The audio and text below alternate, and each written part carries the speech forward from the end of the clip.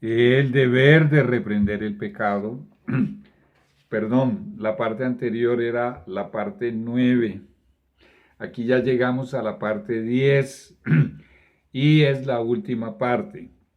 Muy bien, allí si usted ha ido acompañando los videos de uno en uno, ya comprobó que me equivoqué. La anterior era la parte 9. Nuestro Señor y nuestro Dios. ¿Cuánto falta, Señor, para que esta iglesia sea purificada? Y finalmente, Señor, se unan todos los hijos de Dios a la que será llamada entonces la secta aborrecida, la niña de los ojos de Dios, la iglesia adventista del séptimo día. ¿Cuánto falta, Señor, para ver esas escenas gloriosas de todos los hijos de Dios que hay en el mundo, que se unirán por ocasión de la purificación de esta iglesia, del zarandeo, de la ley dominical, del sellamiento de los hijos de Dios? ¿Cuánto aún falta, Señor? Ayúdanos a permanecer firmes hasta que llegue, Señor, el proceso de purificación de esta iglesia. En el nombre de Jesús, amén. Continúo de donde habíamos dejado. Ya habíamos antes dejado bien claro que el Señor nos considera culpables y habíamos leído un texto donde se nos advierte que si descuidamos, negligenciamos o inclusive llegamos a ser de aquellos que combaten y se oponen a los que están tratando de cumplir con esta obra de la manera correcta, con el amor de Jesús, caeremos en la destrucción final de los impíos. Dios nos libre. Muy bien, sigue diciendo, pero debemos presentar el mal al que lo hace, a nadie más. No debemos hacer de ello un asunto de comentario y crítica entre nosotros mismos, ni siquiera después que haya sido expuesto a la iglesia. Nos es permitido repetirlo a otros. El conocimiento de las faltas de los cristianos será tan solo una piedra de tropiezo para el mundo incrédulo. Nunca hagamos semejante desgracia, nunca participemos de algo tan infame. Dios nos libre.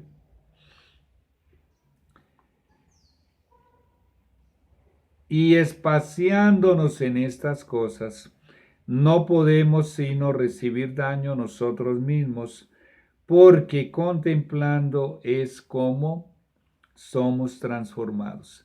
Este es, por cierto, el título de mi segundo libro. Escribí hace como 9, 10 años. Es por la contemplación que somos transformados. ¿En qué me voy a transformar si comienzo a contemplar y a espaciarme en los males, yerros, pecados y abominaciones de mis hermanos, de mis pastores y de mi iglesia? ¿En qué me voy a transformar? En uno de ellos, si no se han arrepentido. Muy bien, una vez más enfatizo, nunca tal hagamos de publicar los errores de la iglesia, de los hermanos, de ninguna manera. Mucho menos ir a hacer de esto un asunto de chismes entre nosotros. Mientras tratamos de corregir los errores de un hermano, el Espíritu de Cristo nos inducirá a escudarle en lo posible de la crítica, aún de sus propios hermanos, y tanto más de la censura del mundo incrédulo. Cuando se sube uno de estos videos a YouTube, eso está allí disponible para ser visto no solo por los adventistas del séptimo día, sino por aquellos que quieren encontrar más leña para la hoguera, para decirles a otros, mire, eso es la Iglesia Adventista del Séptimo Día, no se meta ahí. Ellos mismos se están exponiendo a su iglesia públicamente. Nunca tal hagamos. Nosotros mismos erramos y necesitamos la compasión y el perdón de Cristo.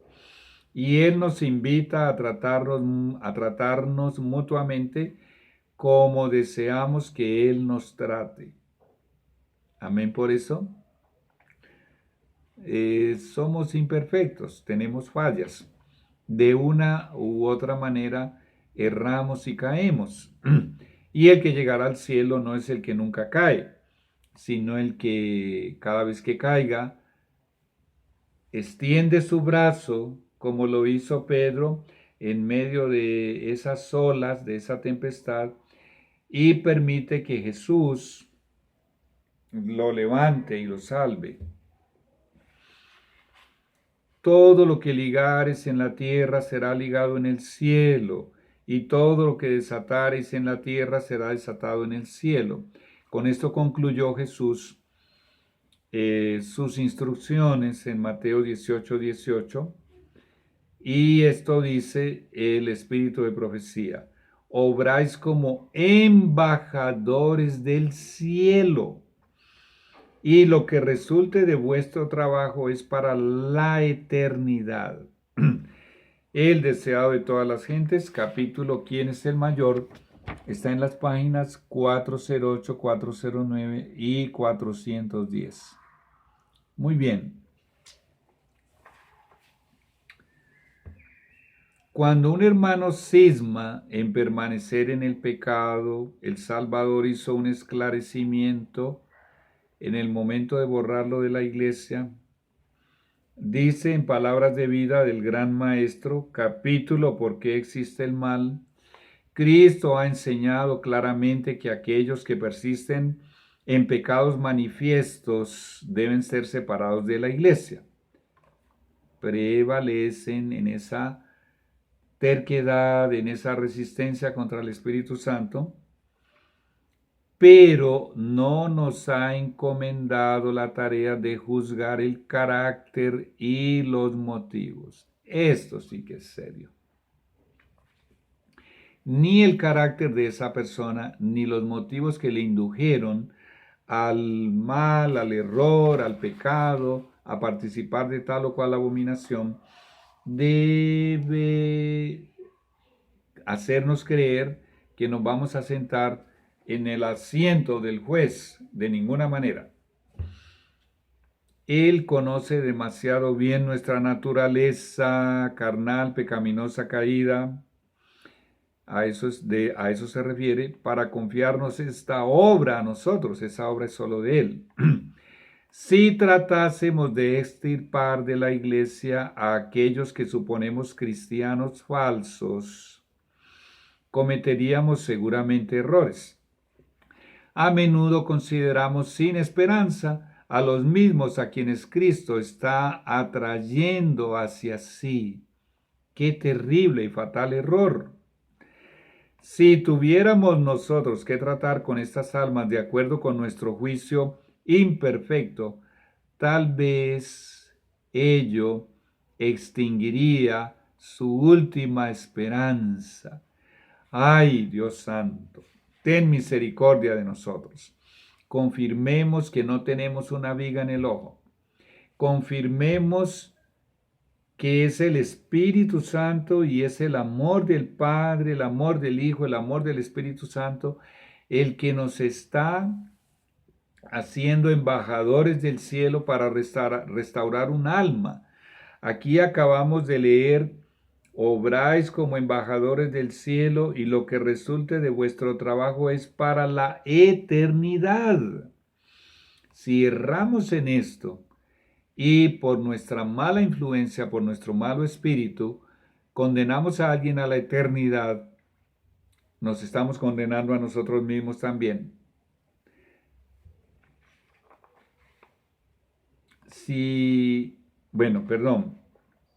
muchos que se creen cristianos serán hallados faltos al fin. Ahí viene el zarandeo de esta iglesia. En el cielo habrá muchos de quienes sus prójimos suponían que nunca estarían allí. Y esto lo destaqué en negrita.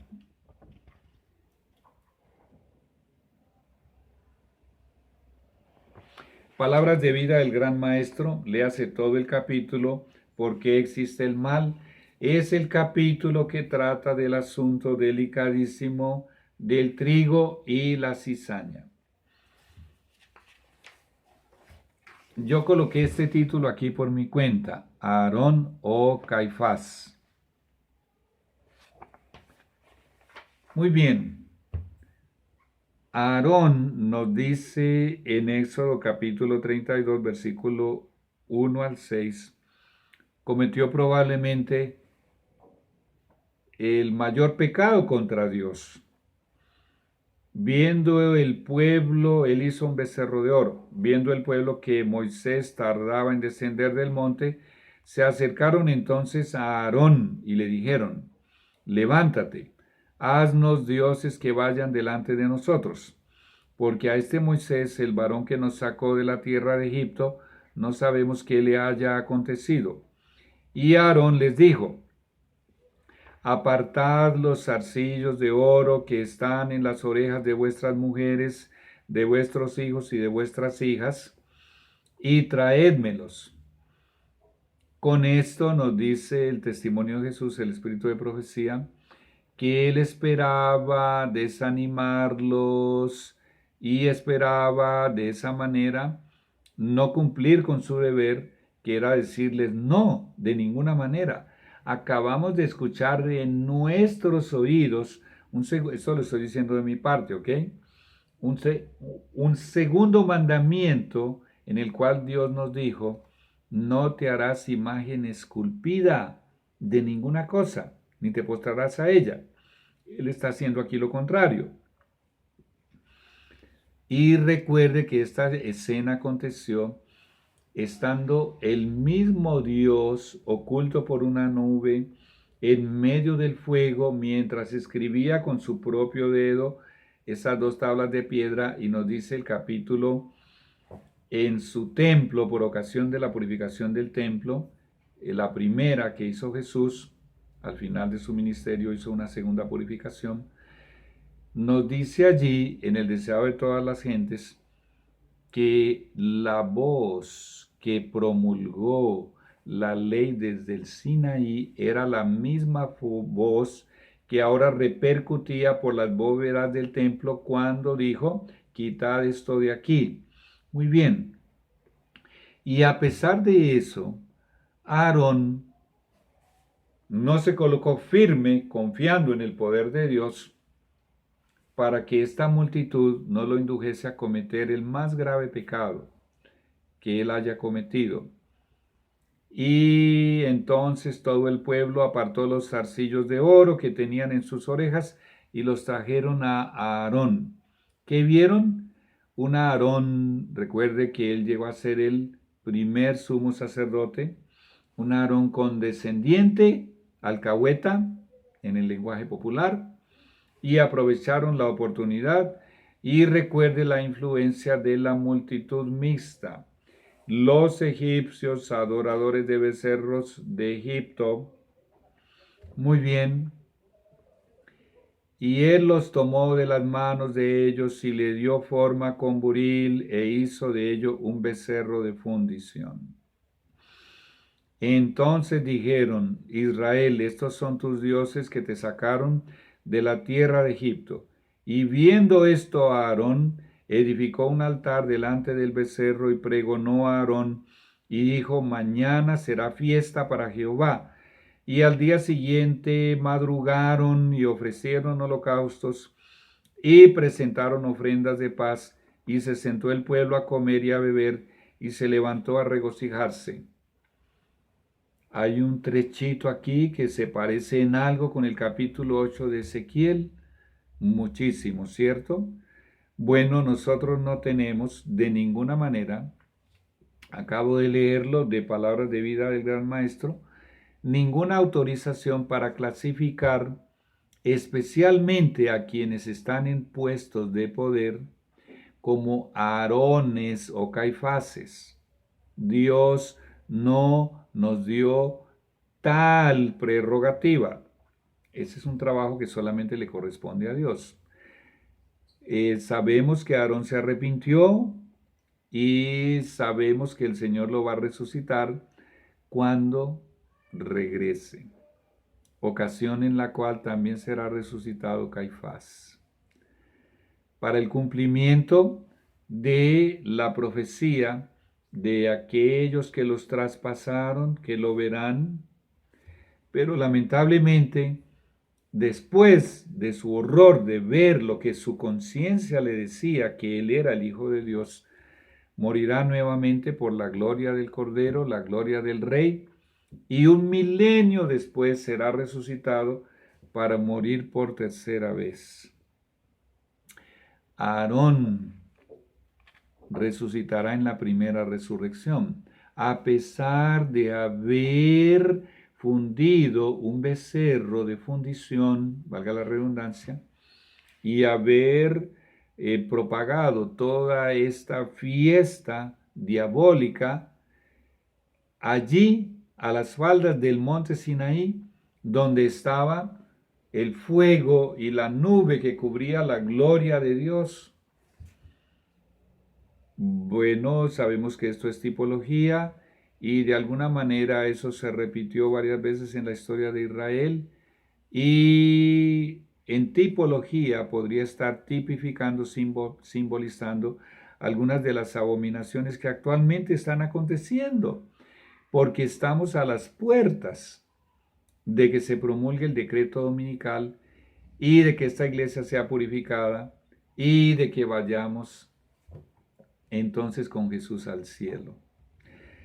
Muy bien, esta serie de 10 segmentos de el deber de reprender el pecado, vuelvo y enfatizo por, en primer lugar, un deseo de que la sangre de las almas no manche mis vestiduras, la he desarrollado en el amor de Jesús, con el amor de Dios, invocando al Espíritu Santo para que sea Él el que guiase, y fue Él el que guió mis pensamientos, mis declaraciones, las imaginaciones que vinieron a mi mente durante estos 10 segmentos.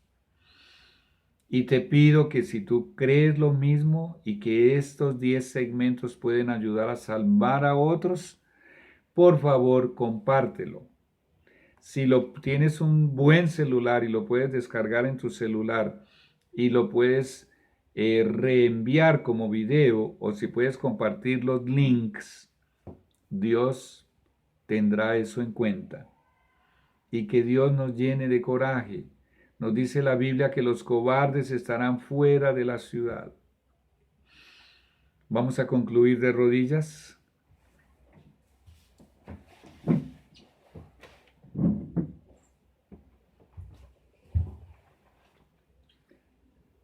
Señor, necesito de tu ayuda, Santo Padre, Jehová de los ejércitos, para hacer esta última oración de esta serie, el deber de reprender el pecado. Ayúdame pues, por favor, a elaborar la oración. Trae las palabras y las frases a mi corazón, a mi mente. Señor, que los hijos de Dios, que sí se dejan guiar por el Espíritu Santo, entendamos, Señor, lo fulminante que es la declaración de que la marca de Ezequiel 9:4, llamada la marca pura de la verdad, será colocada únicamente en aquellos que cumplamos con este deber. Durante la colocación de la marca del sellamiento de la aprobación de Dios. Señor y Dios, que no seamos hallados faltos cobardes, negligentes, descuidados, condescendientes, alcahuetas, en ninguna manera, para que nuestro nombre pueda permanecer en el libro de la vida, hasta que nos llames al descanso para resucitarnos dentro de 1000 años, o si es tu voluntad que estemos vivos, y sabemos que esta es la última generación, y veamos a nuestro Rey en toda su hermosura, Isaías 31:17, y finalmente vayamos con Él al cielo, acompañados de aquellos que fueron amonestados con amor, fueron reprendidos con amor en el Espíritu de Cristo, y tomaron la decisión de someterse al Espíritu Santo, someterse a Dios. Someteos pues a Dios, resistid al diablo, y huirá de vosotros. Y el diablo huyó de ellos, y el Espíritu Santo también pudo desarrollar en los amonestados esta marca pura de la verdad. Responde, Señor, a esta oración, y que los hermanos oren por estos 10 segmentos en el nombre sagrado de Jesús. Amén.